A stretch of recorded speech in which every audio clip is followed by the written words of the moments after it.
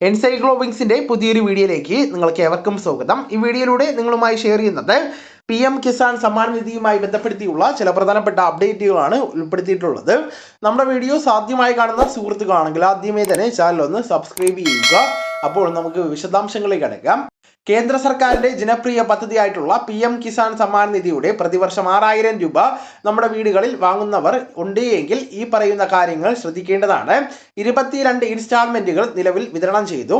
44,000 രൂപ നമുക്ക് ലഭിച്ചു കഴിഞ്ഞു. ഇനി 23ാമത്തെ ഇൻസ്റ്റാൾമെന്റ് ആണ് വിതരണം ചെയ്യുവാനായിട്ട് അവശേഷിക്കുന്നത്. ഏപ്രിൽ മാസം മുതൽ വിതരണത്തിന്റെ കാലാവധി ആരംഭിച്ചു കഴിഞ്ഞു.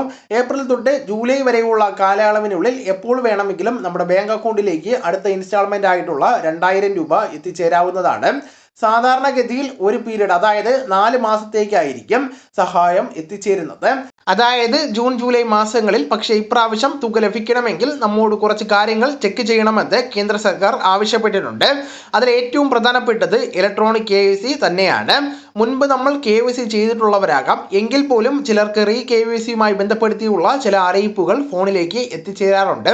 അപ്പോൾ അങ്ങനെയുള്ളവർ ആധാർ അധിഷ്ഠിതമായിട്ടുള്ള OTP വഴിയോ അല്ലെങ്കിൽ കോമൺ സർവീസ് സെന്ററുകളിൽ എത്തിച്ചേർന്ന് ഫേസ് ഓതന്റിഫിക്കേഷൻ വഴിയോ ബയോമെട്രിക് സംവിധാനങ്ങൾ വഴിയോ ഈ KYC പൂർത്തീകരിക്കേണ്ടതാണ്.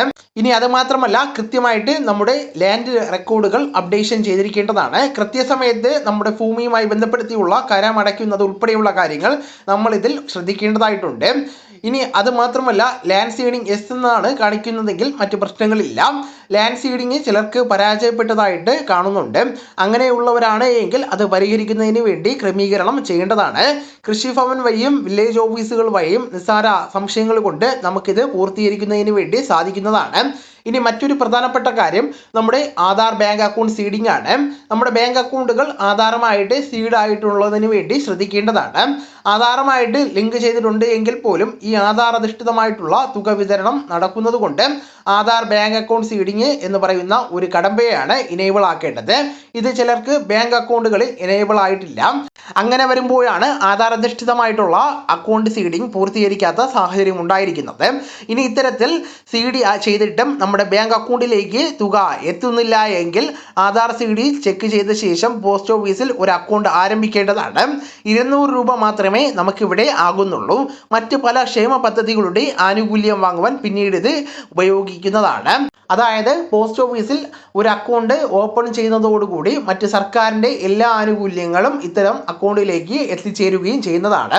അപ്പോൾ ഈ വിവരങ്ങൾ നിങ്ങളുടെ സുഹൃത്തുക്കളിലേക്കും മറ്റ് ഗ്രൂപ്പുകളിലേക്കും കൂടെ ഷെയർ ചെയ്യുക. നമുക്ക് തുടർന്നും വിജ്ഞാനപരമായിട്ടുള്ള മറ്റ് വീഡിയോസും ആനുകാലിക വിവരങ്ങളുമായിട്ട് വീണ്ടും കാണാം. അതുവരെ ഗുഡ് ബൈ.